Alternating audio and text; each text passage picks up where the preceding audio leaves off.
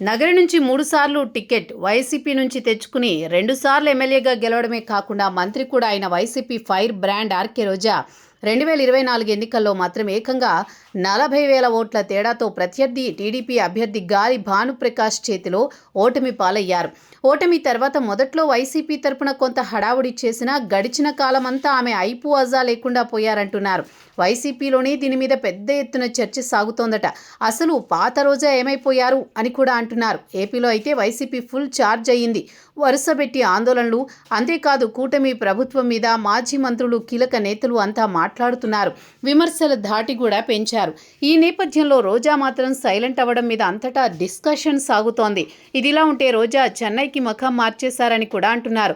ఆమె తమిళ సినిమా ద్వారా రీఎంట్రీ ఇచ్చారంటున్నారు.